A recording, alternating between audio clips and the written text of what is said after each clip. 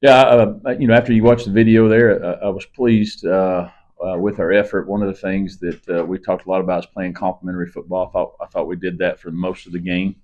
All three phases. There's obviously some things there that you want to correct, that you want to not happen. And so, but I thought from a penalty standpoint, we played clean. And one of the things we've been really pushing is just not beat ourselves. I thought we did a good job of that. And it's something that you hope in all phases continues to give you confidence as you move forward into Missouri State. They do a fantastic job from a scheme standpoint. Offensively, they're going to use a lot of personnel, and then defensively, they are big and strong. They've struggled. People have struggled to score points on them, with the exception of Southern Cal, which Southern Cal scores points on everybody. And so they do a really, really good job. This is going to be a big challenge from a physical standpoint for us on both sides of the ball.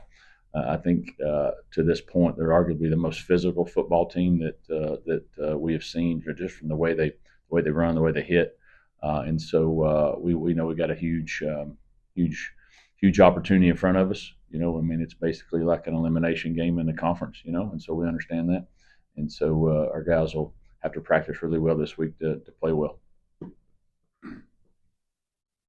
You go back to the game this past Saturday, watch at linebacker position where you're playing without Joseph Carter. You probably played a lot of guys there, given the nature of the game and the score. But who are some of the guys you thought played well in the snaps that you gave them? Yeah, I thought they did a good job. The one guy that Aiden Vaughn played well. I thought Deuce Burlock played well. He got banged up there during the game a little bit. Real Farrar played. Was coming off of an injury. I thought he did exceptional. Delano Glod ended up getting a decent amount of snaps as a redshirt freshman. He's played some special teams, but I was really pleased with him and the way he played.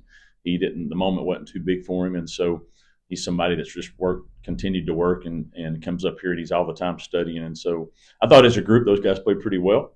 We got to continue to do that. Got to continue to play at a high level. We had, there was a couple miscommunications there, but when you got some guys that are playing maybe more than they're used to, that might you expect that to happen. And now they've seen it, and so I would shout out that whole group, but I really want to give Delano as a young guy. He's from Canada, so give him some credit there. But I thought he did a nice job in there and making some good plays. Get Rylan back after a long time here. Mm-hmm. How good was it having him back there, and what did you see from him in his first game back in a while? Yeah, I think one, it's just a guy that's played a lot of football. It's great to have another guy back there that has. He was gone for 4 or 5 games. It seems like 4 for sure, and 4.5, I guess. And just one from a comfort standpoint, when you have him back there, I mean, it makes from a defensive standpoint easier to call some things, because hey, maybe if I mess it up or something, Brylan's back there, he can handle it. So that was good too. The plan there was I don't have it in front of me how many snaps he played, but the plan was to sort of, all right, let's sort of ease him in. And I think he ended up playing a decent amount of he ended up playing a good amount of football. And so one, I think that's credit to him and his work. That's credit to our strength coaches and our trainers for getting him back. I mean, he had a small fracture. It was non-surgical. And man, he's been working ever since the Old Dominion game to get back. And so for him to be able to do that, play that number of snaps, his conditioning was there, his level was there. So that's a huge positive for us as we go forward. And I was pleased that you look up, and I knew he was going to play. Then you look up and you see him in there quite a bit, and so which was good. That means he was ready to go. Is there any one or two things you can point to as kind of on offense that kind of turned the tide there? I mean, coming into the Delaware game, the team was averaging around 19 points a game, but then you go out and score 59, which I think is most in a game in your 3 years here.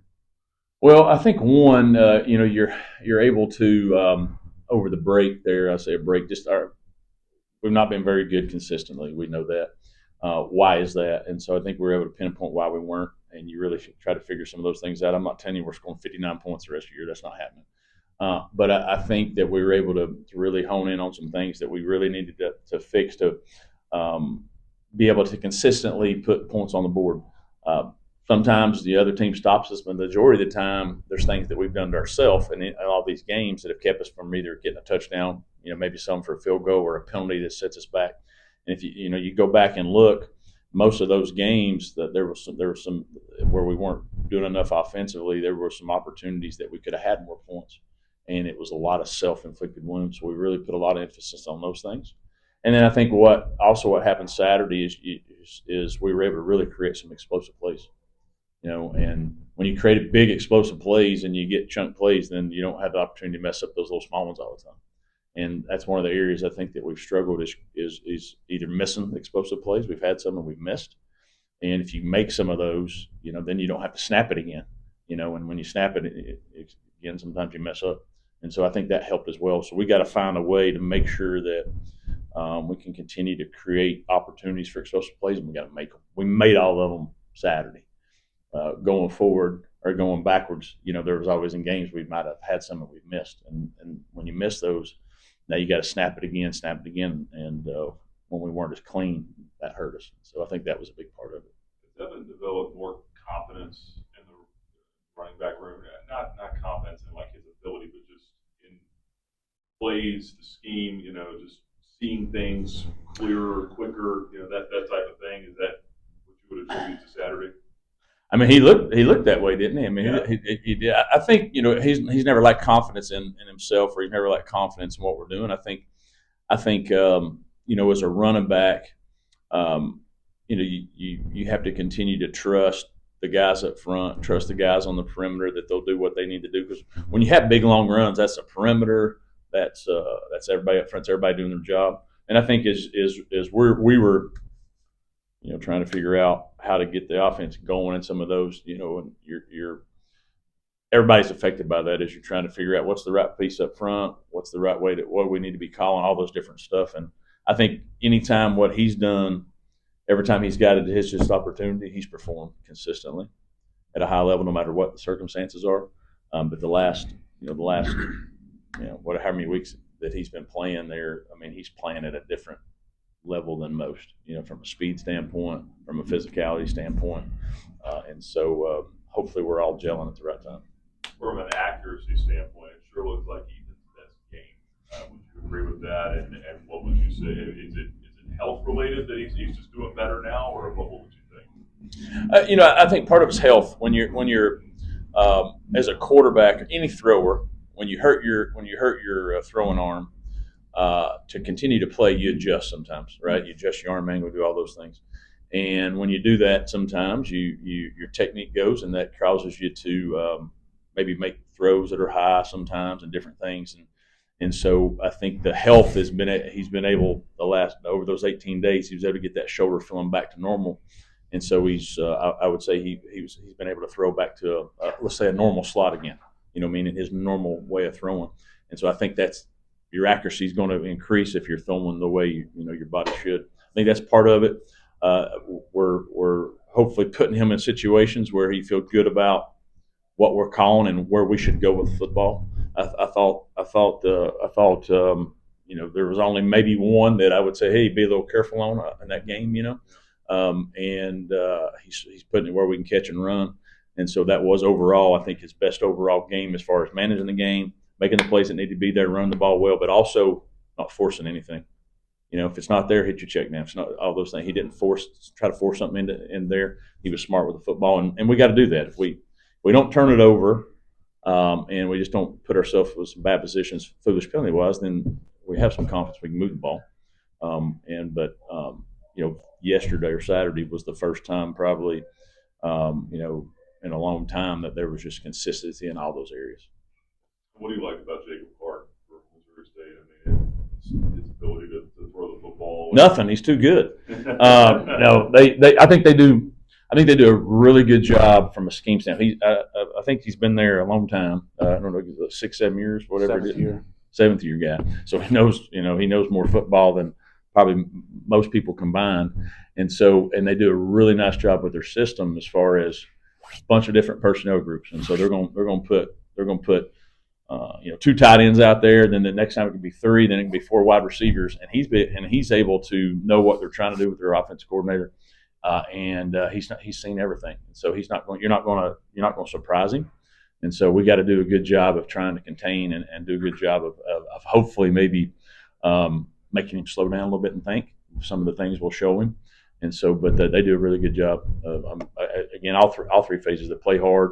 I mean, they came from the Missouri Valley. Correct me if I'm wrong, right? You come from Missouri Valley, and you've done well in Missouri Valley. You're going to be a good team. Missouri Valley's how many national championships that group won in FCS?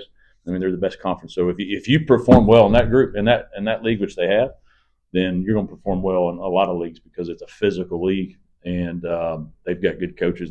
Coach Beard does a great job, and so our guys know the importance of the game, but know, man, that we got to be able to try to do something to affect the quarterback if we have a chance to get them on the field, and vice versa. They're very stingy on defense. They don't give up a lot, so it's going to be a physical game. You mentioned this being the most physical test for your team. Is that kind of new? Not new, but is that rare for being a FBS debut team, like a relatively new team in FBS? Have you seen that a lot more common from these teams that are coming? I think typically when you bump up, the hard any level, the hardest challenge is your up front, your OL, your DL, because everybody grabs those guys, right? And I've always said I think if you're an FCS team and you do bump up, I think year one, year two, you have a better because you've been able to typically keep most of your players because they've been nobody's seen them yet. After this year, everybody's going to see them, so we'll see what happens going forward. But I always think there's a continuity matters so much more now in college football than it ever has. And as you can see, teams lose people every year, but if you look at their rosters, Delaware hadn't lost much. They hadn't lost much, comparatively to everybody else in the league. And so I'm not saying that's an advantage.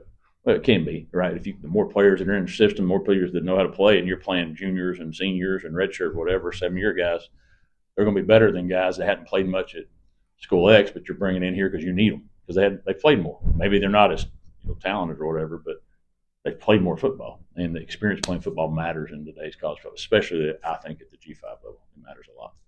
The run defense has been pretty solid too. I mean, just their ability to tackle, is that something that's how do you overcome that? Yeah, I think what they do a great job of is they don't do tons of stuff. Meaning they're not going to play 5,000 exotic looks. They're going to do what they do, and they know how to do it, and they play unbelievable technique, and they don't misfit stuff. And what I mean by that is if the linebacker is supposed to be in the A gap, he's going to become an A gap, and until the cows come home, and he's going to be there. And so they put themselves in position to where they're not out of position, if that makes sense. And so you got to do a really good job. You got to really do a job of making sure your schemes are solid. But you got to do a good job of blocking. They're going to be where they're supposed to be, and they're going to and you got to be able to finish block. So if we got guys on, we can't just I touched the guy, got him. We got to be able to finish through the whistle if you're going to have a chance to maybe break some tackles and some of those because they don't beat themselves. I mean, if you go look at a lot of their video, they don't beat themselves. Nobody's giving up getting like huge explosive plays on them because they're going to be smart and say, hey, we're going to see if you're good enough to continue to come after us every snap instead of trying to get one over the top and some of those things. They do a great job of that, and that's why I think they're successful. Is they're good at what they do. People try to take shots on them. They miss them. They get them in a lot of third and longs. And then they're pretty good at getting off the football because they're a physical group. And they play a lot of guys. They play a lot of guys. And so I think that's the challenge. Can you when you have opportunities at shot plays or whatever, can you make them? And you got to be wise on when you do that. And and because if you miss those or whatever, you put yourselves in bad. That's when they're really good. They're I don't know where overall rankings defensively, but I think they're close to top league in about everything, and so they're pretty good, pretty salty.